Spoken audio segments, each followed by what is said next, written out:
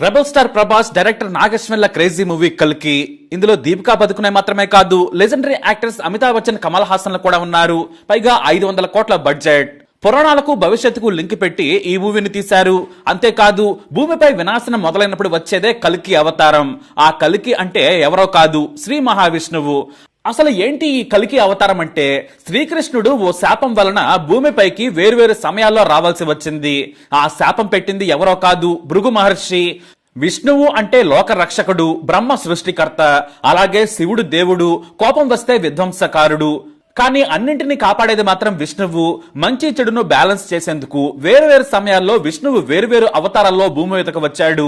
అయితే విష్ణువు చివరి అవతారమే ఈ కల్కి. అది కూడా కలియుగంలో విష్ణువు మంచిని కాపాడేందుకు, భూమిని రక్షించేందుకు వస్తారు.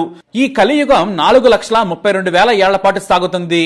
మహాభారత కురుక్షేత్రం జరిగి ఇప్పటికే 5,000 ఏళ్లు దాటింది. అంటే కలియుగానికి అటు ఇటుగా 4,25,000 సంవత్సరాలు ఉందన్నమాట. కలియుగం చివరిలో వస్తాడు కల్కి అవతారంలో విష్ణువు. మరసలు ఎందుకు విష్ణువు కలియుగం చివరిలో వస్తాడంటే, ఇక భూమి అంతమయ్యేది అప్పుడే కాబట్టి భూమిని రక్షించేందుకు వస్తాడు.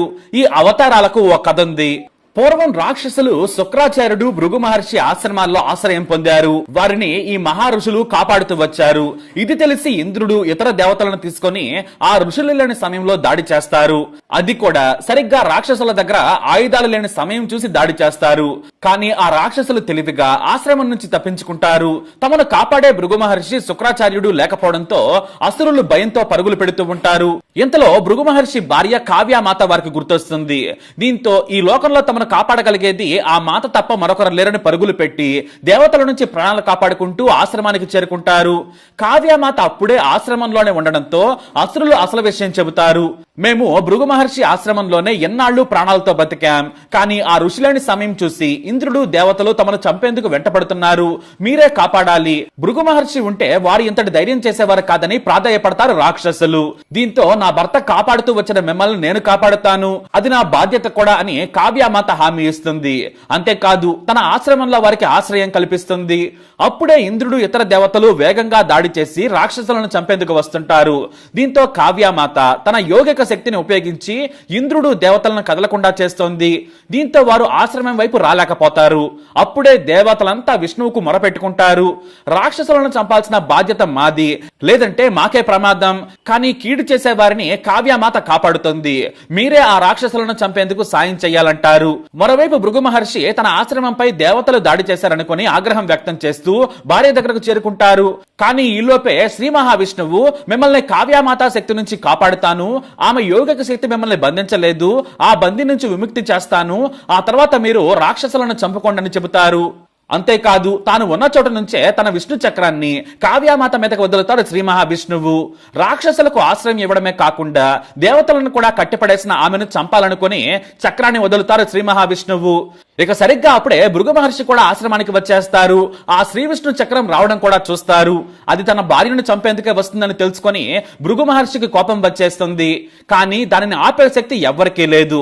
ఇక తన భార్య చనిపోవడం ఖాయమనుకునే లోపే కావ్యామాత తలను తెగ్గొట్టేస్తుంది ఆ చక్రం. తల తెగి పడగానే ఆ చక్రం మళ్లీ వెనక్కి వెళ్లిపోతుంది. అయితే తన భార్య దారుణ మరణాన్ని చూసి తట్టుకోలేకపోతాడు భృగు మహర్షి.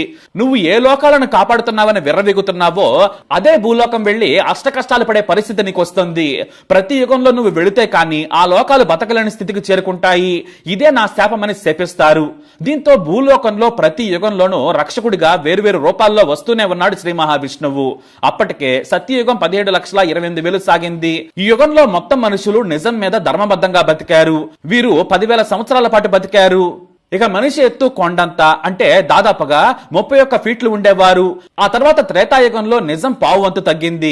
మనిషి వయసు 10,000 ఏళ్లైనా కూడా ఎత్తు మాత్రం 21 ఫీట్లకు తగ్గింది.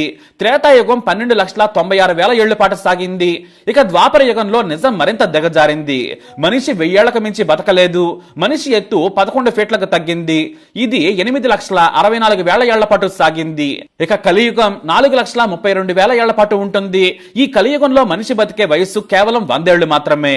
ఎందుకంటే నిజం లేదు, ధర్మం లేదు, మనిషి తప్పుడు పద్ధతుల్లో బతుకుతాడు, స్వార్థం పెరుగుతుంది, నేరాలు పెరుగుతాయి. ధర్మాన్ని వదిలేసిన మనిషి కలియుగంలో అంతమవుతాడు. ఆ కలియుగం చివరిలోనే కల్కి అవతారంలో వస్తాడు శ్రీ మహావిష్ణువు. మరి కల్కి అవతారంలో కలియుగాన్ని పొడిగిస్తాడా, ఈ నీచమైన మనిషి జీవితానికి ముగింపు పలుకుతాడా అనేది తెలియదు.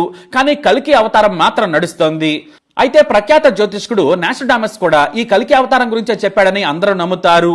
ఆయన మాటల ప్రకారం ఈ నేలపైకి ఓ గొప్ప మనిషి వస్తాడు, ఈ నేలను సముద్రాలను మొత్తం శాసిస్తాడు. అప్పుడు మొత్తం విశ్వమే సమస్యల్లో పడుతుంది. మొత్తం ఎవిల్తో కూడిన ఈ లోకాన్ని ఆయన ఒకే దెబ్బతో నాశనం చేస్తాడు. అదే రోజున ఈ భూమిపై జీవం ఉండదు, మరీ ముఖ్యంగా మనిషి ఉండడని చెప్పారు ఆయన. అసలు కల్కి ఏ ఉద్దేశంతో వస్తాడని మన పురాణాలు చెబుతున్నాయంటే దుష్ట సంహరణ కోసం. అంటే చంద్రుడు నిండుగా ఉన్న రోజున, అది కూడా ఏప్రిల్ 26 మే 15 మధ్యలో కల్కి అవతారం భూమి మీదకి వస్తుంది. అలా వచ్చి భూమి మీద దుష్ట సంహారణ చేసి మళ్ళీ నిజం మీద మనిషి బతికేలా, ధర్మం ప్రకారం మనిషి జీవించేలా చేసి వెళ్లిపోతాడని చెబుతున్నాయి కొన్ని పురాణాలు.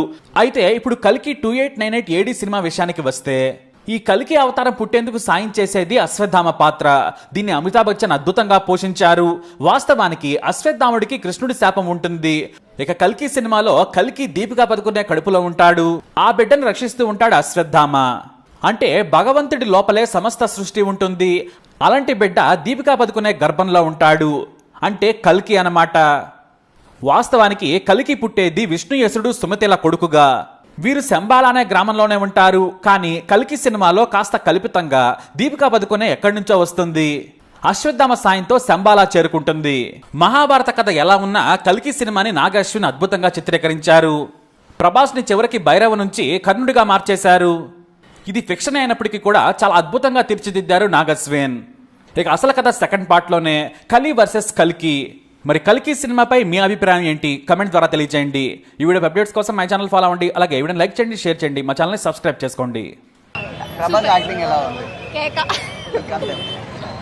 సూపర్ అన్న, క్లైమాక్స్ సీన్ హైలైట్.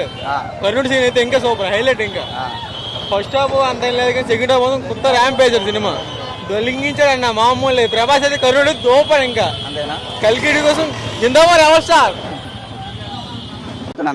ఒకసారి నాకు పెట్టు, ఒక్క సెకండ్ సార్. రెడీయా? సో ఎర్లీ మార్నింగ్ 4:30కి ఫ్యామిలీతో మరి వచ్చారు వీళ్ళు.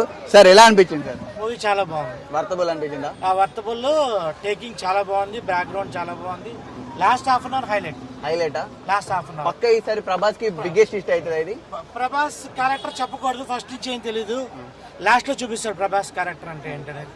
మన ఆజాద్ మీదకి లింక్ చేస్తాడు ప్రభాస్ క్యారెక్టర్. టేకింగ్ హైలైట్ అయితే టేకింగ్ చాలా బాగుంది.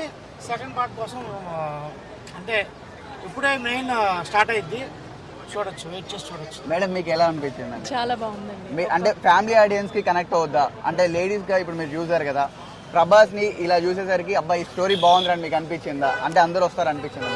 స్టోరీ వైజ్ అయితే చాలా బాగుందండి. Taking was so excellent. ఎందుకంటే ఇది మన ఇండియన్ కథ అని చెప్పేసి చెప్పారు కదా, సో అందుకని ఫ్యామిలీ అందరూ వచ్చి చూసేటట్టు ఉందా? ఇది అందరికి అర్థమయ్యేటట్టు ఉందా స్టోరీ? ఫ్యామిలీతో వచ్చి చూడొచ్చు. మీ ఎక్స్పెక్టేషన్ ఏంటి? మన పురాణాలు రెండు కలిపి చాలా క్లారిటీగా, చాలా జాగ్రత్తగా తీశాడు సినిమాని.